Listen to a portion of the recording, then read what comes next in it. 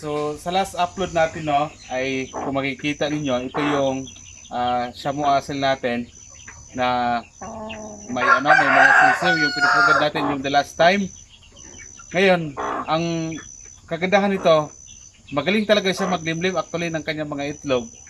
Halos lahat napipisa yung kanyang mga itlog. So in short, ang shamu asel ay naglilimlim po siya at actually magaling po maglimlim yung ating shamu asel. Pero meron talaga mga klase ng mga inahin ng mga manok tulad ng ganito, magaling maglimlim pero hindi siya marunong mag-alaga sa kanya mga sisiw. Kaya yan, ito ay winalay ko na agad sa kanya mga sisiw. So yung ginagawa ko lang kapag may ganun na sitwasyon sa ating mga manok, na tulad nito yung isang inahin na hindi mag-alaga sa kanya mga sisiw. Di ba yung last upload natin meron siyang kasabay na napipisa. So ngayon ang ginagawa ko ay hinahalo ko doon yung kanya mga sisiw doon sa kasabay nito na napipisa. Okay, so ito hindi pwedeng ipalaga natin sa kanya yung mga sisiw kasi ma-disgrasya yung ating mga sisiw na iba. So yung mga sisiw niya ipalaga ko na lang sa iba. So tingnan natin yung ibang sisiw kung saan ko siya hinahalo.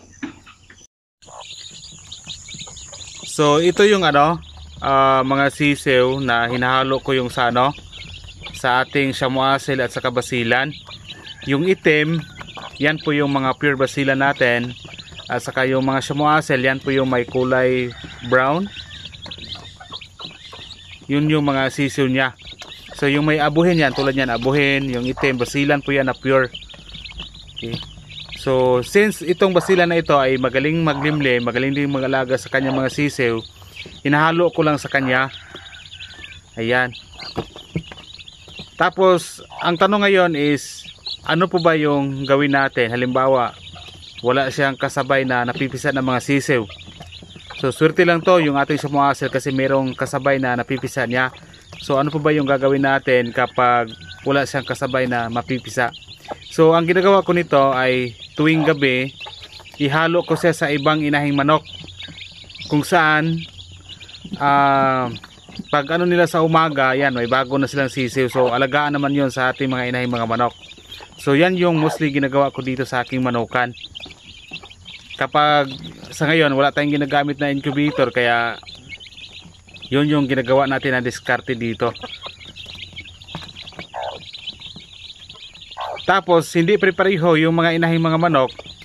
Kung yan ay gagayahin po ninyo, dapat i-observe niyo yung anyong inahing manok. Baka pagka umagahan ay ayaw din niyang alagaan yung mga sisiw. So ilipat natin sa ibang mga inahing mga manok. If wala na talagang ibang paraan, yan, yung gawin natin dito, dapat pailaw na lang talaga sa mga sisiw kung wala nang ibang option talaga. Pero ito, since swerte lang na may kasabay yung ating shamu asel na basilan, kaya pinaalaga ko na lang nito sa basilan.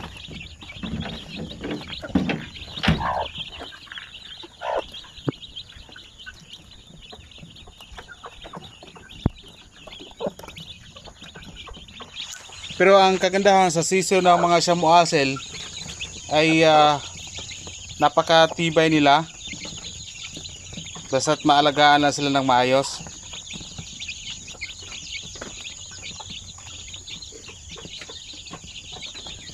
Napakatibay nila sa sakit yung ating mga shamu asel. Pati na rin yung ating mga basilan actually. Basta native lang siya.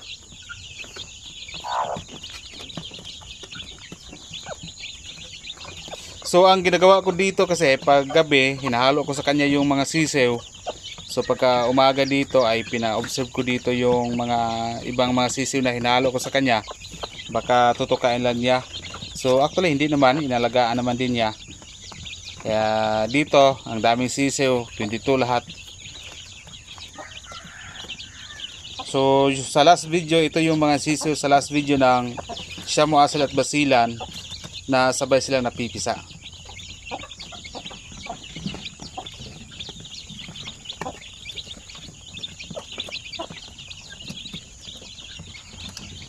Kung ganito pa yung kanyang sisiw, dapat kung i-mix nyo sa ibang mga sisiw, wag yung sobrang laki na ng mga sisiw, baka aawayin ito sa iba na mga sisiw, yung kasing edad lang niya.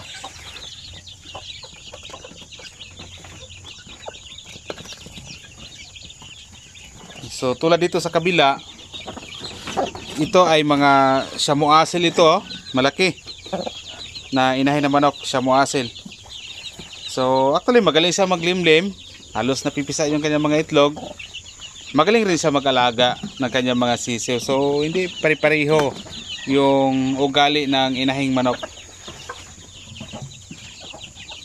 Pero sa ganitong setup, sana mas maganda kung may incubator ka, para hindi nyo na isama yung inahing manok sa mga sisiw. Pero within this year ay pagsikapan ko na magawa ko yung incubator, at saka may ano na tayo, wala nang inahin na mag-alaga sa mga sisiw. Sa ngayon, ganito lang muna yung setup. Tiis-tiis lang muna tayo nito.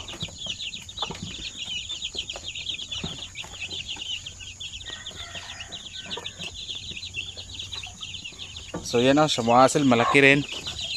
Mga sisiw, oh. Napakaliksi ng mga sisiw, walang problema.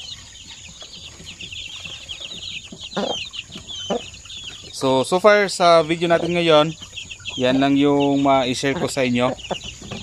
Okay. Dito din sa kabila, oh. So tingnan natin yung ibang mga manok, yung mga basilan, at saka yung mga pinapalaki natin na mga per kilo na mga sisiw. Actually malapit na yun, mag 1 kilo lahat.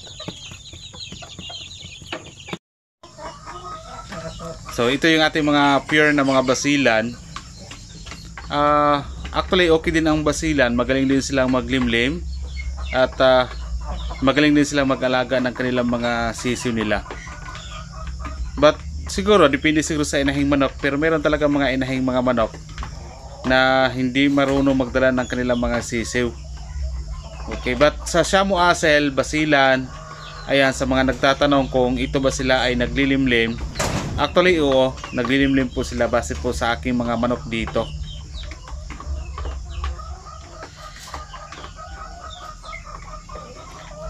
Maganda siguro kung ganito ay meron kang anong tawag dyan, ha, may incubator ka.